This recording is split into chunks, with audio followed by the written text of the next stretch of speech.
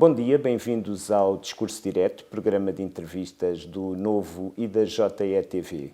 Nesta semana temos connosco Rui Rocha, de 50 anos, deputado eleito pelo Círculo de Braga pela Iniciativa Liberal, que foi o primeiro membro do partido a anunciar que iria disputar a liderança após o anúncio da futura saída de João Coutrinho Figueiredo.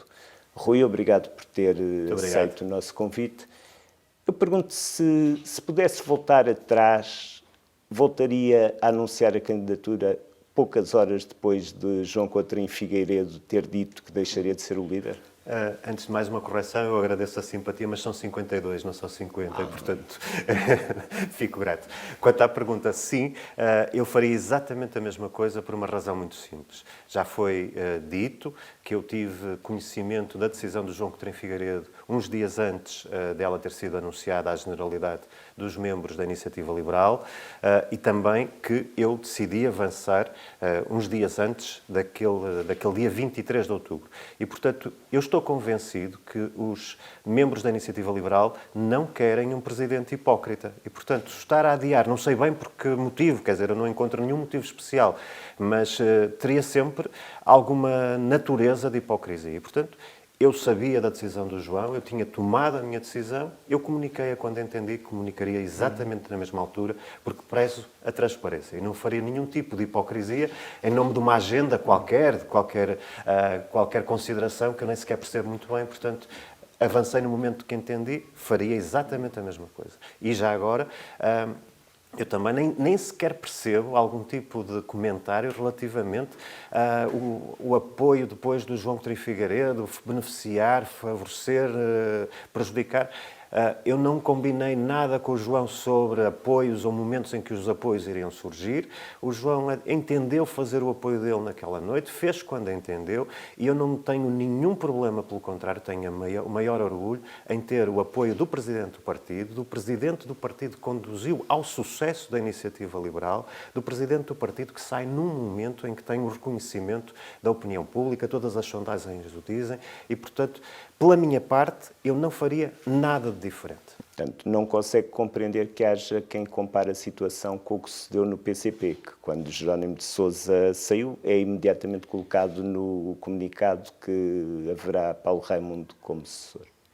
Eu devo dizer que tenho andado tão ocupado que nem me apercebi que no PCP houve eleições. Houve? Não houve, não é? Eu acho que não houve. E, portanto, eu acho que a comparação não faz nenhum sentido. Estamos a falar de coisas absolutamente diferentes. Como é óbvio, quer dizer, eu nem consigo propriamente perceber qualquer tipo de comparação. Nós tivemos no passado domingo em Coimbra, no Conselho Nacional da Iniciativa Liberal, a decidir precisamente quando é que será feita a eleição, quando é que a eleição terá lugar, o regimento da eleição. Nós passamos 13 horas a discutir o que é que será o momento da eleição, que regras se aplicarão. Portanto, se isto tem algum tipo de comparação, eu já não consigo perceber esse tipo de lógica. É uma lógica que sem qualquer lógica, na verdade.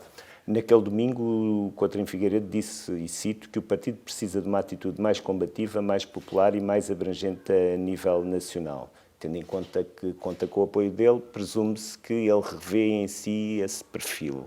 Na prática, o que é que isso quer dizer? Bom, eu acho que quer dizer, por diversas circunstâncias, umas terão a ver com o perfil de cada uma das pessoas, outras terão a ver com os momentos do próprio partido.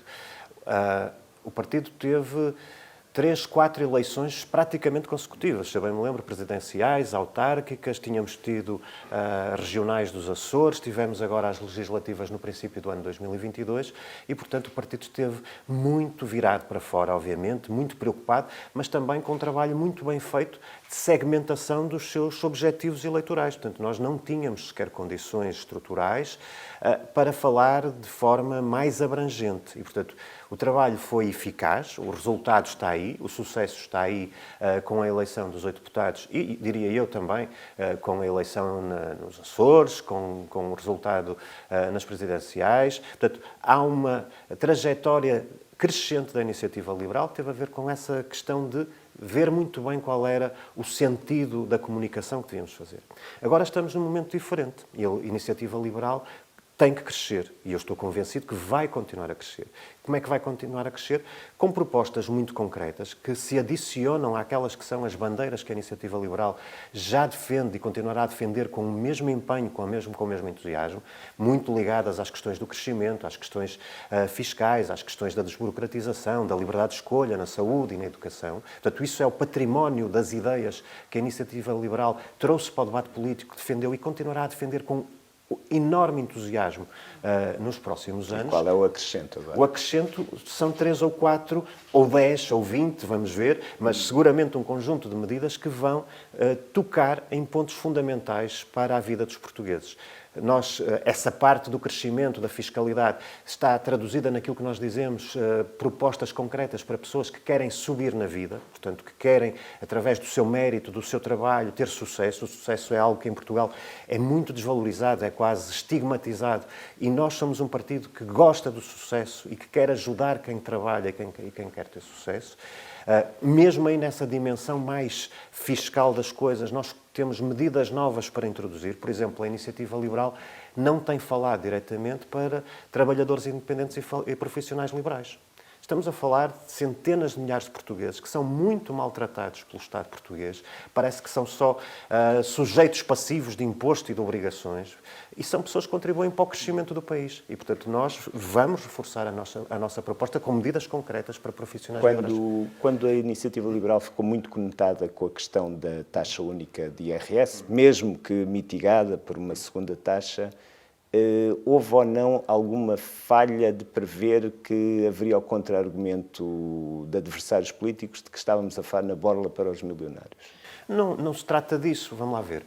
Nós temos um sistema progressivo de impostos e todos, com algum grau depois de diferença, defendemos a progressividade dos impostos, que é, aliás, uma obrigação constitucional. Portanto, nós temos que admitir que se há uma baixa de impostos, quando se reduzem impostos, os que pagam determinado valor pagam menos. Isso é normal, é um sistema progressivo. E, portanto, num sistema progressivo de impostos, as consequências da baixa de impostos é que todos paguem menos e paguem na proporção da progressividade que suportam. Mas como isso é um tema, como veio depois esse comentário de que a Iniciativa Liberal tinha como objetivo final favorecer as pessoas que têm 1%. Pronto, infelizmente, os poucos por cento que em Portugal são pessoas que têm rendimentos mais elevados, os muitíssimo poucos que em Portugal têm rendimentos mais elevados, nós fizemos uma coisa que agora está até no Orçamento de Estado, quer dizer, muito bem, nós vamos ajustar isto. O país está numa situação de emergência. Há pessoas a passar mal. Portanto, então, nós vamos ajustar a nossa proposta de maneira a que só haja benefício para os 5 primeiros escalões. E aí queremos perceber, então, qual é a resposta. Porque se o problema era que havia um desagravamento também para os que ganhavam mais, na proporção daquilo que pagavam, nós retiramos isso do meio e vamos testar agora qual é o argumento político. Porque parece que o argumento político, no final, é sempre o mesmo. É que não é possível baixar os impostos em Portugal. E que se tem que aceitar uma carga fiscal absolutamente asfixiadora das pessoas. E esse é o pressuposto que nós não aceitamos. E estamos profundamente convencidos de que baixar a carga fiscal sobre os portugueses é uma condição para o crescimento económico. Agora, eu há pouco falava que temos essas propostas, e falei dos profissionais liberais e dos trabalhadores independentes. E isso é a nossa via para quem quer subir na vida. Mas também temos propostas noutras áreas. Eu identifiquei ainda ontem numa publicação que fiz 9 áreas fundamentais onde vou apresentar propostas. Nós queremos ter propostas também para quem quer um país com futuro e um país e um território com vida. E estamos a falar, por exemplo, de propostas concretas no que diz respeito à água. Todos percebemos que a água é um problema. A Iniciativa Liberal, provavelmente por falta de grandes meios, não tem podido ser muito ativa na defesa destas questões. Nós vamos querer ter propostas, e vamos ter propostas muito concretas na questão da retenção da água, estamos a falar de barragens, da distribuição da água, e aí eu estou a falar basicamente de ligação entre bacias hídricas, autoestradas da água, se quisermos, onde há excesso de água, ou há abundância, podermos pegar nessa água e trazer para os sítios onde há mais falta dela. A eficiência da redistribuição. Muita da água perde-se na rede. É preciso tratar da questão da eficiência das redes de distribuição. Nós, para dinamizarmos o interior e dinamizarmos a atividade do setor primário, temos que ter um plano de regadios real, não aquilo que o Governo tem, que é apenas uma tentativa, mais uma de ilusão. Não há um plano de recuperação dos regadios que existem e de criação de planos de regadio. Nós temos aí o Alqueva, que é um exemplo extraordinário daquilo que é a consequência da água e do aproveitamento na água na dinamização de uma região, e vamos querer falar e vamos ter propostas concretas para a dessalinização, porque há sítios onde a água não chega e onde vamos ter que ter algum tipo de investimento no sentido de que exista água disponível para as populações e água disponível para a atividade económica. Essa atenção entronca também na necessidade identificada da iniciativa ter maior presença no interior, fora dos grandes centros urbanos? Nós temos claramente esse propósito. Não queremos e não vamos perder a nossa matriz, não vamos perder as nossas propostas, vamos continuar a falar para o eleitorado que nos deu confiança, as 272 mil pessoas que confiaram na Iniciativa Liberal em janeiro de 2022, mas seguramente vamos ter que ter propostas que vão alargando a nossa presença do ponto de vista das ideias e também do território. Não indo mais longe, no próximo mandato do futuro Presidente da Iniciativa Liberal, estarão no horizonte duas eleições regionais, na Madeira e nos Açores. E nós queremos claramente ter participação, ter presença no Parlamento Regional da Madeira e queremos reforçar a nossa participação no Parlamento Regional dos Açores. Portanto, sim, a Iniciativa Liberal, para além daquilo que são as suas bandeiras, as suas ideias fundamentais e o seu eleitorado que conquistou com essas ideias, vamos querer chegar a diferentes pontos do país com novas ideias. Por exemplo, voltando àquilo que são as minhas preocupações nas tais propostas que queremos fazer, nós temos que... Qual é um problema fundamental das pessoas hoje em dia? Habitação, mobilidade. E nós temos propostas para a mobilidade. Nós queremos, e estamos a apresentar isso, e vamos reforçar essa proposta, que exista uma concessão ou uma privatização da Transtejo. Há milhões de pessoas que vivem à volta de Lisboa e que são hoje condicionados por uma opção ideológica de um determinado tipo de serviço que prejudica as pessoas. Mas também vamos querer que haja comboio a chegar às capitais de distrito. Hoje em dia não há comboio em Bragança, não há comboio em Vila Real, não há comboio em Viseu e também vamos querer que haja comboio para ligar, por exemplo, algo que me é muito caro, porque é do distrito onde eu fui eleito, que ligue Barcelos, a Braga e a Guimarães. E, portanto, e haverá procura suficiente para tudo isso? Estamos a falar de uma área que tem 500 ou 600 mil pessoas. Sim, nesse caso sim, eu estou a dizer todas as capitais de distrito. Mas não é só uma questão disso, é uma questão também de desenvolvimento. Nós não podemos estar sempre a dizer que o interior tem que ser desenvolvido, mas depois ficarmos por meras intenções. E estamos a falar, para além do mais, não se trata apenas de uma questão que tem um impacto direto nisso. Estamos a falar do momento em que temos uma crise energética. Temos ou não preocupações de mobilidade. A Iniciativa Liberal tem ou não propostas que também tenham em conta o contexto energético em que vivemos. Vai ter, tem e vai ter. Portanto, pode-se inferir que nessa moção, no Liberalismo para Todos, há uma certa assunção que até agora a iniciativa só promoveu o liberalismo para alguns? É uma assunção de que a Iniciativa Liberal promoveu medidas e propostas que chegaram até agora a 272 mil eleitores que permitiram eleger 8 deputados. Isso é mau? Não, é muito bom. Foi um enorme sucesso. Um sucesso que muitos não esperavam.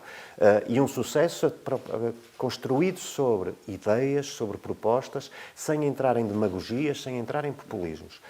Um enorme sucesso. Queremos continuar a crescer e a identificação que fizemos da forma de crescer é esta que eu digo. Propostas muito concretas para problemas muito concretos das pessoas e que até agora, pela dificuldade, pelos meios escassos, até pela presença nos órgãos de comunicação social que tem crescido, mas ainda está longe de ser aquela que nós queremos, também precisa destas ideias para gerar o interesse nas pessoas, nos eleitores, mas também nos órgãos de comunicação social. Falando desses 272 mil eleitores, reconhece que 99,99% deles ficaram em choque ao ouvir o líder do partido no qual votaram a 30 de janeiro dizer que deixaria de ser o presidente? Reconheço que qualquer mudança gera sempre, por um lado, um momento de alguma dúvida e, por outro lado, aquilo que eu quero é que gere esperança. E, portanto, aquilo que eu tenho a dizer aos eleitores que votaram os 272 mil da Iniciativa Liberal e a todos aqueles que, entretanto, se interessam pela Iniciativa Liberal, as sondagens que foram saindo dizem que hoje, se houvesse eleições a Iniciativa Liberal, teria um resultado melhor do que o que teve em janeiro de 2022. Portanto, a todos esses, o que eu quero dizer é que eu, pessoalmente, com a minha equipa, com a equipa que vou ter na Iniciativa Liberal, conjugamos duas coisas. Por um lado, temos as pessoas e as propostas que deram origem ao sucesso da Iniciativa Liberal, que despertaram esse interesse. Por outro lado, temos a capacidade, o conhecimento e a vontade transformadora, quer para dentro do partido, quer para fora, para reforçar as condições de sucesso da Iniciativa Liberal. E, portanto, o próprio João Coutinho Figueiredo, quando assumiu a presidência da Iniciativa Liberal na sequência da decisão do Carlos Guimarães Pinto de sair, também enfrentou algumas dúvidas, algum ceticismo. O resultado está aí. Oito deputados eleitos, sucesso eleitoral. Tentou demover o João Coutinho Figueiredo? Tentei perceber as suas razões, quando ele me as comunicou. E percebi que eram razões que conjugavam um conjunto de reflexões que ele tinha feito ao longo do tempo e que era uma decisão que ele tinha tomado e que não era suscetível de ser revertida. E que depois há uma racionalização que ele fez. Era irrevogável no verdadeiro sentido da palavra. Era, sim. Na Iniciativa Liberal, esse tipo de decisões são verdadeiramente definitivas. Nós temos essa característica. Para que seja qual for o sentido das decisões. Portanto, nós assumimos aquilo que decidimos, é verdade. E aquilo que a avaliação que ele partilhou comigo que tinha feito foi que, tendo tomado essa decisão, que este era o momento. Porque há um tempo necessário, todos concordamos com isso, para que uma nova liderança seja conhecida, possa afirmar-se. E nós não fazemos ideia, neste momento, se o próximo ciclo eleitoral nacional vai acontecer daqui a 4 anos, ou daqui a 2, ou daqui a 1, porque a degradação da maioria absoluta do Partido Socialista é de tal maneira que acho que ninguém de boa fé hoje pode prever exatamente o que aí vem. Mas seja como for, estejamos nós a falar de um horizonte de 4 anos ou de um horizonte mais curto, todo o tempo é necessário para a afirmação de uma nova liderança. Chegou a falar com Carla Castro, a colocar-lhe a sua candidatura e a pedir apoio dela à sua candidatura? Eu não vou partilhar detalhes de conversas pessoais que tenha tido com determinadas pessoas concretas. O que posso dizer é que falei, e portanto a Carla Castro tem toda a liberdade depois de se manifestar relativamente a esse ponto. O que posso dizer é que falei com muito poucas pessoas antes de anunciar a decisão e que todas as conversas fundamentais para a constituição da nova equipa foram, no geral, feitas a partir do momento do anúncio de candidatura. E aí falei com aquelas que eu considero determinantes para o sucesso da Iniciativa Liberal. Aquelas que eu queria ter comigo na perspectiva do sucesso da Iniciativa Liberal. Isso quer dizer que Carla Castro não é determinante para o sucesso da Iniciativa Isso quer dizer aquilo que eu disse, que não faço comentar relativamente a conversas individuais e que falei com todas aquelas que considerei determinantes. E dentro disso, a equipa que formei a partir daquele momento do anúncio é uma equipa que me dá total garantia de que a Iniciativa Liberal consegue fazer duas coisas. Manter e reforçar a sua trajetória de crescimento e mudar aquilo que deve ser mudado. A sua rival já deixou claro que diz que, bem, é uma rival, vão disputar a presidência do partido. Nós liberais gostamos mais de falar de concorrência, Pronto, portanto, concorrência. A sua concorrente... E gostamos muito da concorrência, sim. A sua concorrente já deixou claro que não se considera uma conservadora, não entrou num entendimento, pelo menos muito claro, com a ala que é percepcionada como a mais conservadora da Iniciativa Liberal, apesar de ter o apoio mais ou menos explícito de parte dessas pessoas. Eu pergunto-lhe, acha que o que pode estar em causa na escolha dos militantes é mais a percepção que têm de cada um de vocês do que propriamente as ideias que defendem? Eu, antes de mais, sobre apoios de outras candidaturas, eu não me vou pronunciar. Do meu lado, a ideia é muito clara. Os apoios merecem-se, não se negociam. E, portanto, do meu lado, não há negociação de apoios em troca de lugares. Isso é muito claro. As pessoas que entenderam estar ao meu lado e que entenderem estar ao meu lado será porque chegaram à conclusão que eu conquistei esse apoio com aquilo que proponho e que mereço esse apoio na avaliação delas. Portanto, isso é um ponto muito claro. Não negocio apoios contra lugares, os apoios conquistam-se e merecem-se. Essa é a minha perspectiva. Quanto ao mais, sobre as diferenças, eu não posso pronunciar-me exatamente sobre diferenças, porque eu não tenho um conhecimento, neste momento, profundo, nem próximo disso, daquilo que a outra candidatura, a candidatura da Carla Castro, traz, aquilo que quer. E, portanto, para eu poder identificar um conjunto de diferenças, tinha que ter uma ideia clara daquilo que é a proposta da candidatura conhecida, até agora, da concorrência que tenho no partido neste momento, não sei se terei mais ou não. E, portanto, eu posso apenas falar daquilo que conheço, que são as minhas ideias e as minhas equipas.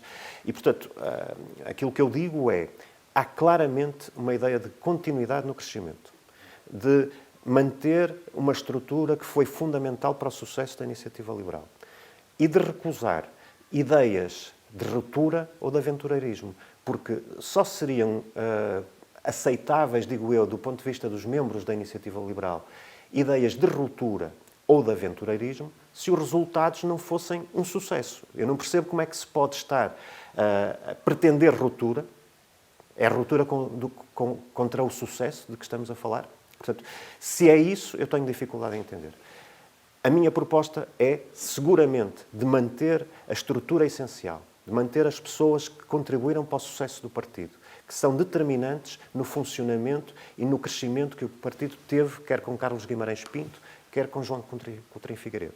E agora que temos mais meios, traremos alguma renovação das pessoas e que temos renovação das ideias, mudar também internamente, dando, por exemplo, mais voz aos membros, criando canais para que os membros possam ter outro tipo de participação, fazer as transformações necessárias. Mas eu não nego o sucesso da iniciativa liberal e considero que é até uma marca de alguma irresponsabilidade se a ideia for criar ruptura com essa história de sucesso. E acredita que existe essa ideia? Não faço ideia. Eu vou-me apercebendo de algumas coisas, mas não tenho um conhecimento que me permita pronunciar sobre aquilo que é a proposta que a candidatura concorrente neste momento apresenta. Duas questões que eu suponho que devem preocupar os 272 mil eleitores da Iniciativa Liberal e outras pessoas que possam estar a pensar apoiar o partido. Acha que a presença de Carla Castro é compatível com a sua liderança e, pelo contrário, a sua presença e o seu trabalho no Parlamento é que será compatível com uma eventual vitória dela? Portanto, a pergunta é sobre a compatibilidade de cada um de nós no dia seguinte, sim, na medida em que o outro ganha as eleições internas. Bom, da minha parte, eu tenho um compromisso claro com os eleitores do Círculo de Braga e com o partido. E, portanto, a minha declaração é muito clara. Cumprirei esse compromisso, estarei no dia seguinte, se não vencer as eleições, no Parlamento, a fazer o meu trabalho com a mesma dedicação e o mesmo entusiasmo. Em todo caso, eu estou absolutamente convencido que vou ganhar as eleições. E aquilo que eu posso dizer também é que, no dia seguinte, o partido, o grupo parlamentar, estará focado no seu trabalho e estaremos já empenhados, do ponto de vista do partido, em preparar as eleições regionais que vamos ter, logo a seguir, por exemplo, na Madeira, para termos sucesso nessa coisa. Dá-me, obviamente, uma grande tranquilidade o facto de saber que todos os deputados do grupo parlamentar que se pronunciaram até à data me garantem o seu apoio. Isso é uma enorme confiança que eu tenho, da mesma maneira que é uma enorme confiança e me dá, e tenho muito orgulho nisso, que a maior parte da Comissão Executiva que levou a Iniciativa Liberal ao sucesso me apoie e que o Presidente do Partido, que conduziu a Iniciativa Liberal a esse enorme sucesso, me apoio também. São pessoas que trabalharam comigo todos os dias e com a Carla todos os dias e que me apoiam. Rodrigo Saraiva será o seu líder parlamentar? As decisões, em primeiro lugar, a decisão sobre o líder parlamentar são tomadas pelos deputados. Eu terei, obviamente, uma proposta, mas é uma proposta que, com toda a certeza, eu terei que apresentar primeiro ao grupo parlamentar e, portanto, não vou pronunciar-me sobre isso por respeito pelo próprio funcionamento interno do grupo parlamentar. Eu sou também deputado, mas não posso confundir a minha visão de presidente do partido. Terei, obviamente, uma escolha ou uma sugestão a fazer relativamente a isso, mas a minha obrigação será primeiro discuti-la no interior do grupo parlamentar. Agora, o Rodrigo Saraiva é uma pessoa que está comprometida com o projeto, que tenho todo o entusiasmo para estar a exercer em nome da Iniciativa Liberal as funções que exerce e, portanto, a Iniciativa Liberal conta, obviamente, com o Rodrigo Saraiva. Esta decisão do calendário das eleições passar para 21 de janeiro pode ter realmente e terá a parte boa de melhorar o tempo de debate, mas também... Eu só vejo partes boas, mas sim. Pergunto-lhe então, não vê nenhum risco de poder prolongar um clima de crispação que destrua a ideia da IEL, que não é um partido como os outros? Não vejo nenhum risco nisso. Acho que o único risco que haveria, e houve, enfim, opiniões no sentido de não haver um calendário eleitoral alargado, o único risco que haveria era que não houvesse condições internas dentro do partido para que os membros da Iniciativa Liberal fizessem duas coisas. A primeira, avaliar com o tempo, sem que o tempo fosse uma restrição absoluta, se queriam eles próprios avançar ou não. E, portanto, há duas candidaturas sobre a mesa, não há nada que nos diga que não possa haver alguém no partido neste momento a ponderar e a ter o tempo necessário para avançar.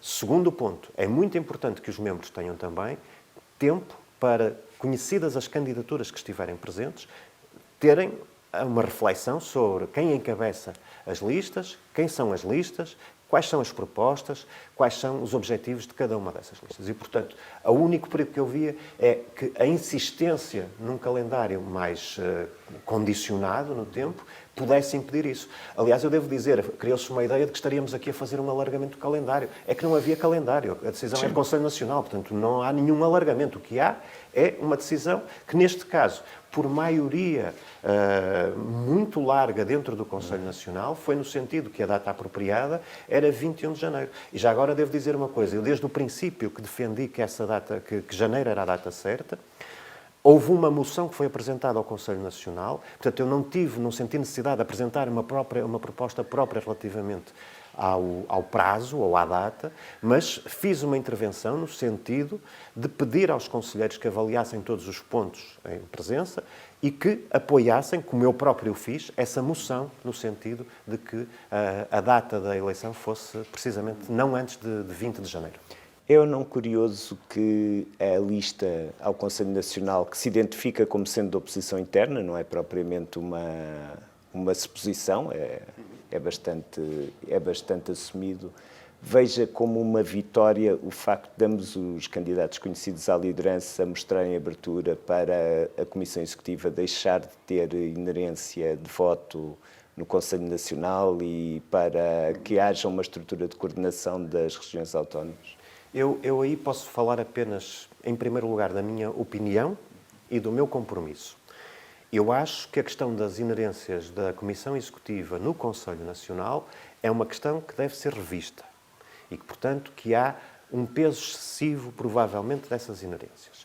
Mas, como Presidente do partido, eu não posso decidir se há ou não inerências. Eu tenho que respeitar a decisão dos membros. E, portanto, eu vejo com muita estranheza que a candidatura concorrente declare já que não vai haver inerências. Isso é uma decisão dos membros.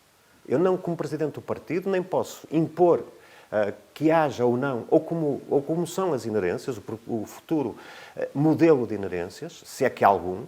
Portanto, eu não posso impor essa decisão, nem posso impor disciplina de voto a uma comissão executiva que eu escolher, no sentido de, enquanto as inerências não forem revistas, de não fazer votações. Eu penso que isso não faz nenhum sentido. Há uma garantia que eu dou aos membros do partido. A minha comissão executiva vai ser livre e não vai ter disciplina de voto. Vai se pronunciar livremente sobre as suas opiniões, sobre os seus objetivos. E, portanto, aquilo que eu posso fazer como Presidente é dizer duas coisas. Primeiro, as inerências são uma questão a discutir. E eu criarei as condições necessárias para que elas sejam discutidas através da criação de uma comissão de revisão estatutária e de um processo de revisão estatutária. A decisão é dos membros. Haverá membros que consideram que não deve haver de todo inerências, porventura haverá outros que tenham uma visão contrária e que a estabilidade do partido exige um determinado tipo de inerências. A minha opinião é que elas hoje são, de facto, um problema, que deve ser discutido, que tem que criar as condições para haver uma comissão de revisão estatutária com condições para levar depois propostas concretas aos membros e que esse processo tem que ser feito em total liberdade. Depois, os membros decidirão e, nesse momento, eu manifestarei também, como membro do partido, a minha opinião pessoal, e dela também não prescindirei, porque isso é outra coisa que também que me tem deixado algo impressionado, é que tem havido até algumas tentativas de condicionar a liberdade de expressão do atual presidente do partido. Isso é algo que eu, num partido liberal, não consigo de facto perceber e causa-me bastante estranheza. Qual é a receita para que este período longo de debate e de disputa eleitoral interna não desvie a IEL do papel de fazer oposição no momento em que o PS dá sinais, acumula sinais de desgaste e em que o PSD procura recuperar terreno que foi perdido para os novos partidos nos tempos de Rui Rio? Bom, o segredo eu acho que é a seriedade e o rigor e o trabalho com que todos nós, e aí incluo todos, no partido, nas funções de responsabilidade, nos núcleos espalhados, nos membros, no grupo parlamentar.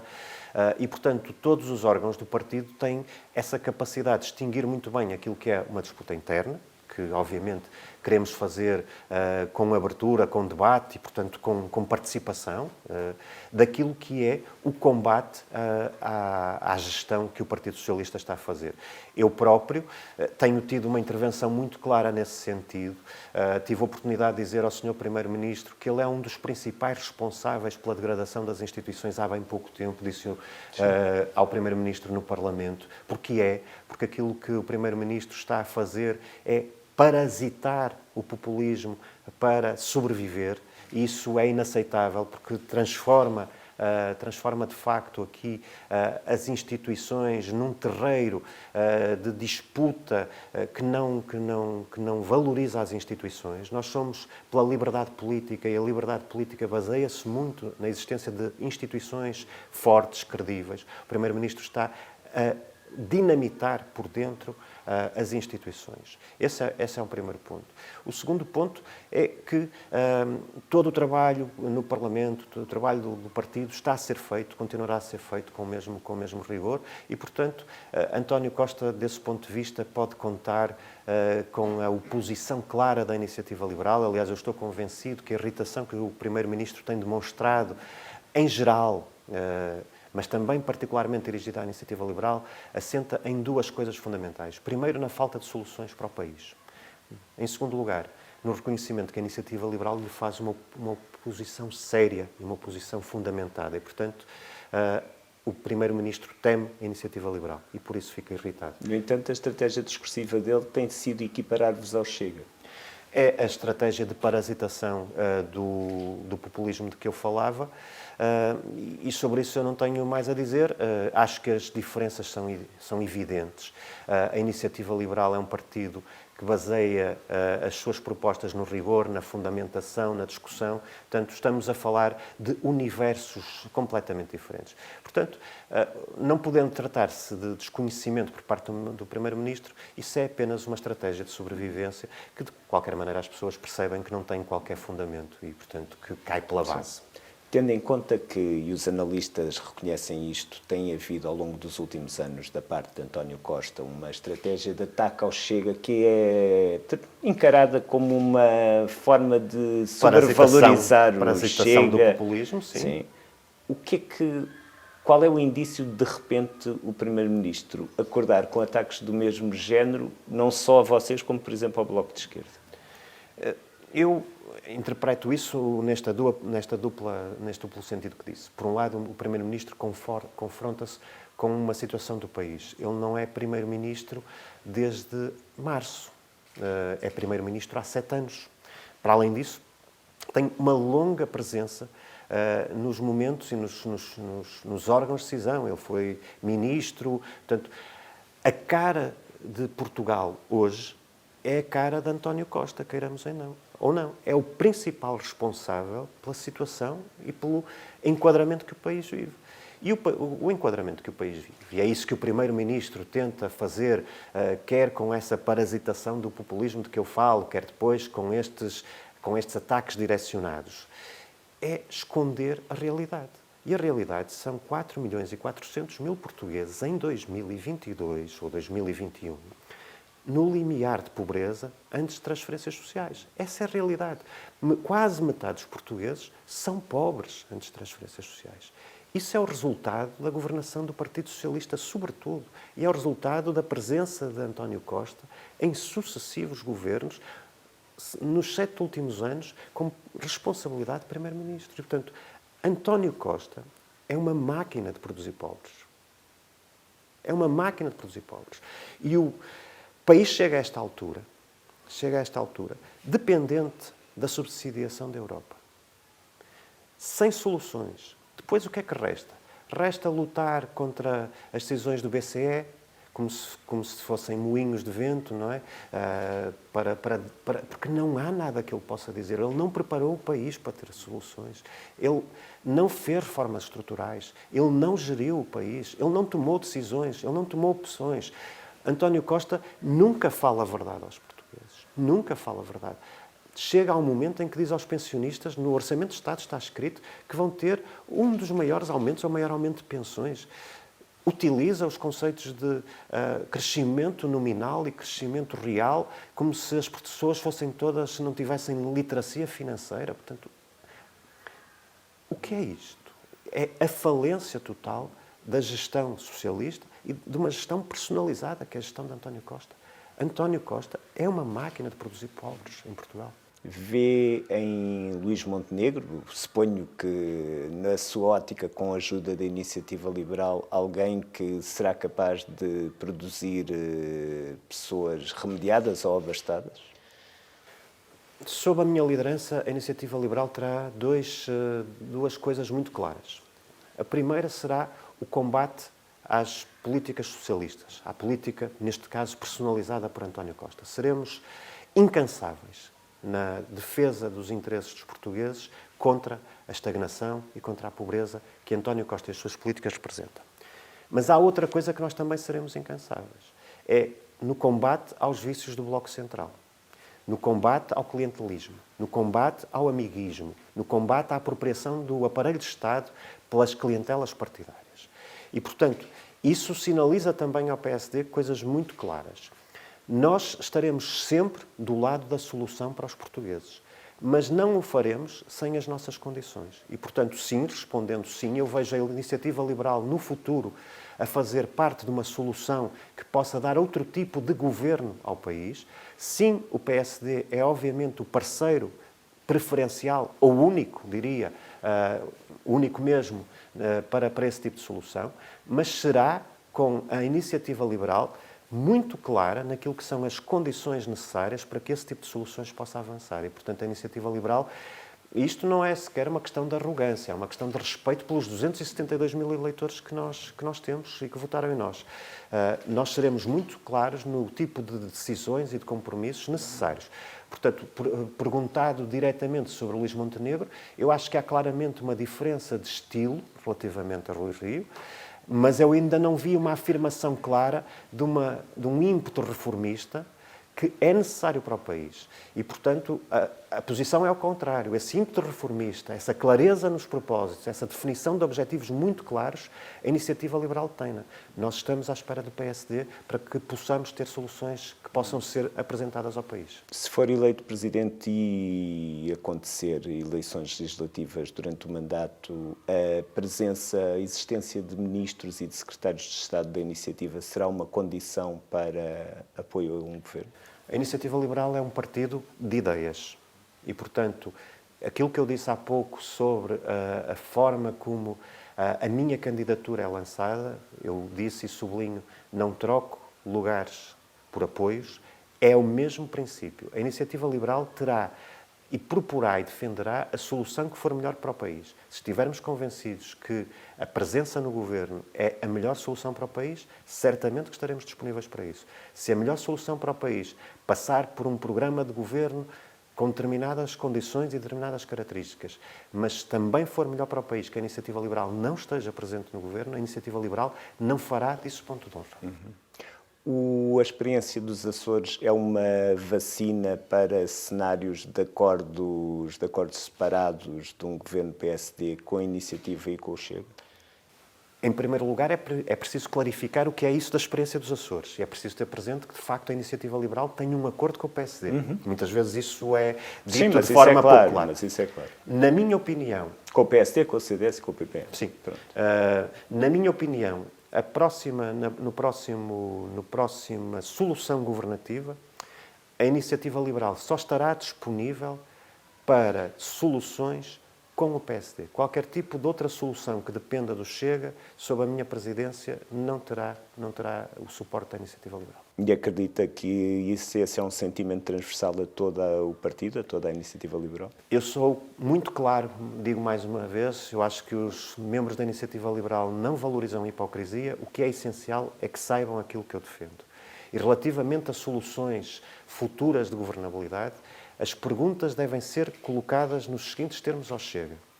Se houver uma solução governativa da Iniciativa Liberal com o PSD, o Chega, sem estar envolvido nessa solução, prefere o PSD e a Iniciativa Liberal no governo ou prefere que continue o PS a governar. É tão simples isso. Porque a Iniciativa Liberal não quer nenhum tipo de dependência do Chega relativamente a uma solução governativa. Portanto, aí o ónus passa para o Chega. Não há nada que o Chega possa fazer ou mudar que altere essa sua posição? Não quero pronunciar-me sobre aquilo que o Chega deve ou não fazer. Eu tenho ideias muito claras sobre aquilo que são propostas políticas aceitáveis, que são ou não soluções. Aquilo que o Chega traz é, por um lado, mais estatismo. Basta ver as propostas todas que são apresentadas, mais dirigismo. Veja-se a posição do Chega sobre a TAP, por exemplo. Estatismo, dirigismo e, por outro lado, a questão dos valores, dos princípios fundamentais, às quais nós também não aderimos. Portanto, não posso ser mais claro. Solução, sim, com o PSD, negociada, respeitando os princípios da Iniciativa Liberal. O Chega tem a sua atuação e eu, sobre isso, não quero dizer outra coisa que não seja para a Iniciativa Liberal. Não é aceitável nem o dirigismo, nem o estatismo, nem algumas propostas que agridem princípios e valores fundamentais. E então, para terminar, pergunto-lhe, no que toca ao PSD, quais são, não digo as bandeiras vermelhas, mas as bandeiras azuis? Muito bem, bandeiras azuis. Reforma do Estado. Reforma da administração pública. Nós hoje temos uma ilha que é a administração pública, onde muitas, acredito mesmo que sejam dezenas, centenas de milhares de pessoas, vivem confrontadas com algo que é para elas provavelmente inaceitável e para mim é seguramente, que é não terem um sistema de avaliação, não terem um sistema que reconheça o mérito, não terem gestão por incentivos. Portanto, o Estado tem que ser reformado, a administração pública tem que ser reformada, quem trabalha na administração pública tem que ter o reconhecimento do seu mérito. Isso são coisas fundamentais. Os impostos têm que baixar, nós temos que reduzir a carga fiscal, nós temos que olhar para a segurança social e fazer uma reforma do sistema da segurança social. Porque a sustentabilidade da segurança social, que até agora se tem discutido muito, nos últimos tempos, até em função destes truques que foram utilizados para vender aos pensionistas questões de aumento de pensões, mesmo quando se fala de sustentabilidade aí, fala-se da sustentabilidade de alguém que hoje tem 50 anos como nós, quando chegar à idade da reforma, receber uma reforma correspondente a 45% daquilo que foi o seu último salário. E se não for com 50 anos, se for para as pessoas de 40, isso piora. E se for para as pessoas de 30, piora. E se for para as pessoas de 20, piora. Eu pergunto, é aceitável se quer dizermos que isto é sustentabilidade da segurança social? Para mim não é. E depois eu vejo o PSD, por exemplo, com uns outdoors a dizer que está tudo muito bem e que o sistema está ótimo e que vamos ter todos felizes. Ora, eu não concordo com isso. Eu não posso dizer às pessoas que têm 50 anos de idade hoje, ou 40 anos de idade, ou 30 anos de idade, ou 20 anos de idade, que este sistema vai fazer com que tenham uma pensão correspondente a muito menos de metade do seu último salário. Isso não é aceitável. Portanto, aí está uma bandeira que a Iniciativa Liberal, uma bandeira azul que a Iniciativa Liberal porá sobre a mesa. Claramente, temos que olhar para o sistema de segurança social Social. E há uma questão no sistema da Segurança Social. É que quanto mais tarde o fizermos, quanto mais tarde olharmos para o sistema, quanto mais tarde introduzirmos um pilar de capitalização, quanto mais tarde olharmos para o problema, mais o problema se avoluma. E, portanto, fiscalidade, segurança social, reforma do Estado, reforma da administração pública, incentivos ao mérito, 4 exemplos de coisas que são fundamentais para a iniciativa liberal. Portanto, tal como Coutinho Figueiredo disse a Rui Rio que a iniciativa podia ser um Viagra para o PSD, vê-se como uma vacina de reformismo para este PSD. Eu não usaria Viagra, nem vacina, usaria vitamina. Obrigado, Rui. Obrigado. A bem da honestidade, temos que fazer uma declaração de interesse. Rui Rocha foi colaborador e colunista do Novo numa fase inicial do jornal, colaborador, depois colunista. De qualquer forma, fica feita essa informação. Com muito gosto, aliás. Sim, sim, e com muito gosto nosso também. Agradecemos ao Rui a entrevista. Também. O Discurso Direto volta na próxima semana com mais uma entrevista a protagonistas da vida política, económica e social de Portugal. Muito obrigado por terem visto.